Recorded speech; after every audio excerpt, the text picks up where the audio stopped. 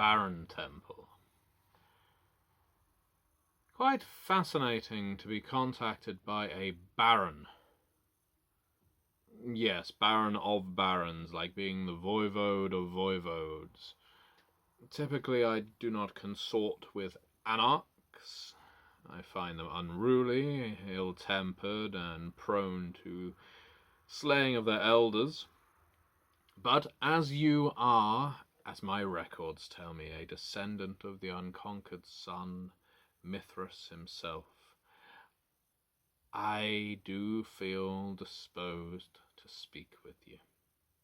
Now, I have adopted to use this electronic mode of communication rather than communicating via a messenger. I appreciated the messenger you sent to me. I was impressed, indeed, that the messenger was able to find my haven, and it was for that reason that the messenger will not be returned to you. You see, I move around quite frequently, and I do object to being disturbed. I hope that he wasn't someone important to you. Now, I am aware of the risks of communicating in this way, Second Inquisition being as they are, and yet I have various channels that I feel are secure, hence how I'm communicating with you now. You asked for guidance, counsel, assistance in maintaining your fiefdom of Long Beach. I had to find it on the map. Ah, no, I am merely joking. I actually have a haven in America's west coast, Laurel Canyon, very close to where you are now, although I have not visited in close to a decade. I am very rarely drawn to crossing the Atlantic, even more so now. Even though the Second Inquisition are intensely active in the United Kingdom, I believe I have been able to evade them for some time now in my current location. I am not in London anymore, and as you quite rightly pointed out to me, London and Vienna have unfortunately suffered some rather unpleasant activities.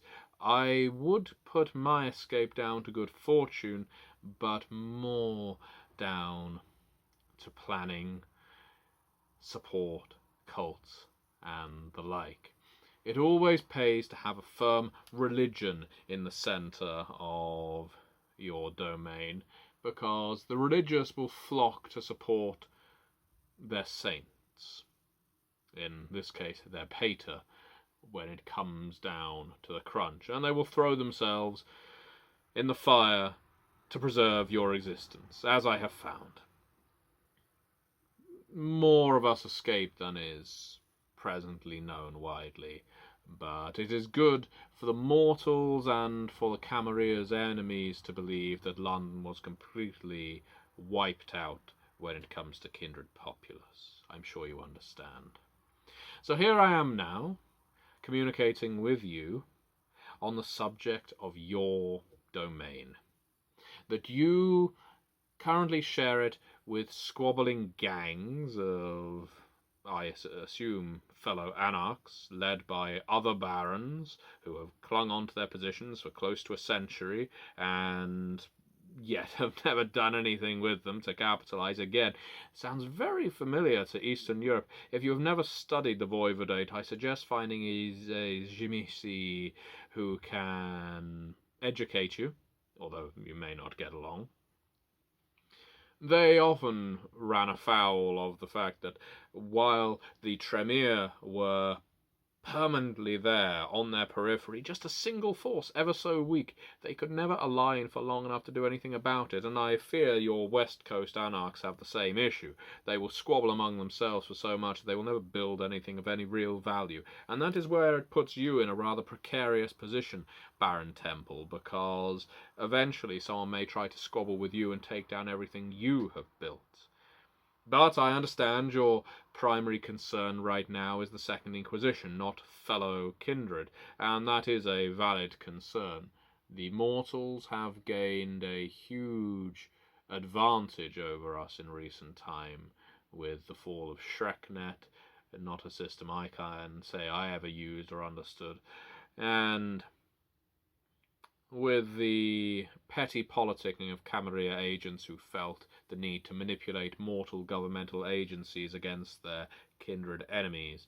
Never a smart ploy. It didn't work for us the first time. I'm not sure why anyone felt it would this time. Such is life, as we know it. I understand your situation vis-a-vis Strauss of the Tremere. I understand that you are arrayed between some rather severe warlocks, and also you are even housing a pack of sabbats, perhaps to act as a decoy to draw any attention, indeed, from the Second Inquisition that comes to your domain. That isn't a bad idea. I commend you for that as well. Having a stalking horse, as they're sometimes called, seems eminently sensible, especially when they are ever so expendable. What you need to ensure, Baron Temple, is that your horse does not lure the hunters back to you. You need any communication with these Sabbat to be at a distant remove. Keep them distant, keep yourself safe. You understand? As to how to stabilize your domain, prevent all petty politicking, well, in some domains I advise divide and conquer, but your domain is already divided, so... What that means is you need to give them a central, unifying cause. Something that they can build, not destroy. Because when you give the people something to destroy, eventually they will destroy it, they'll find some means, or someone else will. And then they will hunger for the next thing. So while once upon a time it may have been a valuable tactic to array everybody against a single unified foe, these nights I think that you are best off having your kindred construct something. Now, this can be something physical. You could get them to pool resources into a great bunker underneath your city, if such a thing were capable of being built, somewhere where you could survive should the Second Inquisition come prowling. Not just you, but members of the other clans as well. It means there is communal interest. But that is, again, quite an archaic thing. There is a bit too much surveillance for doing vast underground construction projects, though I have watched some interesting television shows recently where someone cultivated a laboratory for some illegal drug underneath the laundrette. That was very smart, yes. But that isn't what I'm thinking. I'm thinking you need to enlist your people to throw ideas in to create something hierarchical. Where you may be going wrong, Baron Temple, is by emulation of other domains. Do not feel that every single feudalized domain of prince, primogen, sheriff, harpies, and the like needs to be emulated, especially not an anarch domain. You need to take their counsel and then be seen to act on it. Just as the mortals are finding out more about us, probably because of so many of our archaic practices, we need to emulate them. See how the mortals approach their council members at town hall meetings, and how the town hall meetings go away and they act on it, they fill in a few potholes, they come back and say, look at what we've done. They do just enough to leave the people satisfied, and just enough to leave them wanting more. Encourage people to invest in hierarchy, but see you as the most valid claimant to the position of ruler. You need to be seen to accomplish. You need to be seen to be successful and brutal when you need to be. Balance your brutality and your mercy. How do I recommend you do this? A couple of ways. Brutality needs to be meted out in two different fashions. The first, you need to find a vampire that everybody hates, or at least disrespects. Someone nobody is going to miss when they're gone. So that when you execute them, and I recommend executing them by hand, they applaud you, or at least don't complain. maybe it will set forth the hounds of paranoia. Well, if he didn't like that person, what's he going to do to us? But you don't want to set them scared so that they rebel against you. It's a fine line you have to walk. The next is brutality against the kine, the mortals. Oh, you don't want to go like a Sword of Cain pack and rampage through your city. No, not at all. What you want to do is find a hunter. You need to seize a hunter, you need to bring that hunter before other kindred, and you need to show those kindred what you do to hunters. And this needs to be the most brutal thing you have ever done. Sadistic, even. Oh, you may not have the stomach for it. I anticipate that you are quite young of the blood, but it is valuable. Because what you do then is you show the kindred in your domain that you are prepared to take an actual life, and you are prepared to relish it because you care so much for their safety. If you can't find an actual hunter, dress someone up in some combats, night vision goggles, I understand they're called, maybe a gas mask. Bring them in, say, we found this member of a SWAT team, and then take their throat and open it slowly, like a zip, from here slowly to here. Yeah. And when it comes to mercy, mercy is best doled out as a form of reward. You don't want to look weak, but you do wish to be loved. This is where so many Roman emperors got it wrong. They try to lean one way too far or the other. I will be the tyrant, or I will be the well-loved benefactor of my empire. One way, either way, results in either rebellion, because you're a sadistic bastard, or deposition, assassination, because you are too weak. Mercy needs to be meted out based on consensus. Read the room, as they say. Have your spies, I'm sure you have them, report back to you that this person is well liked, this person is respected, this person deserves a reward, but you don't reward them.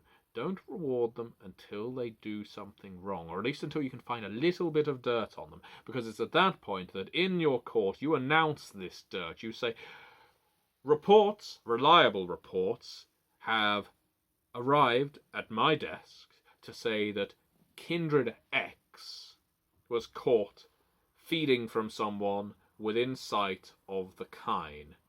There will be a lot of vampires going, oh my, what's going to happen?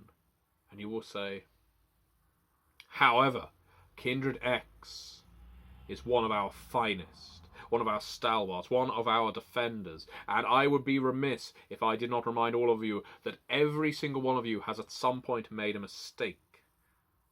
And so let it be known that while this warning stands, the great deed of Y that Kindred X perpetrated has seen to his safety. He will not be executed, but put on warning. And let this be a lesson to all of you. If any of you do the same thing, you had best have something good in your past, something that assists in our domain. Otherwise, mercy will not be delivered. People will agree with you. The kindred will think, that was a measured judgment. He means business, but he sees the value of a person.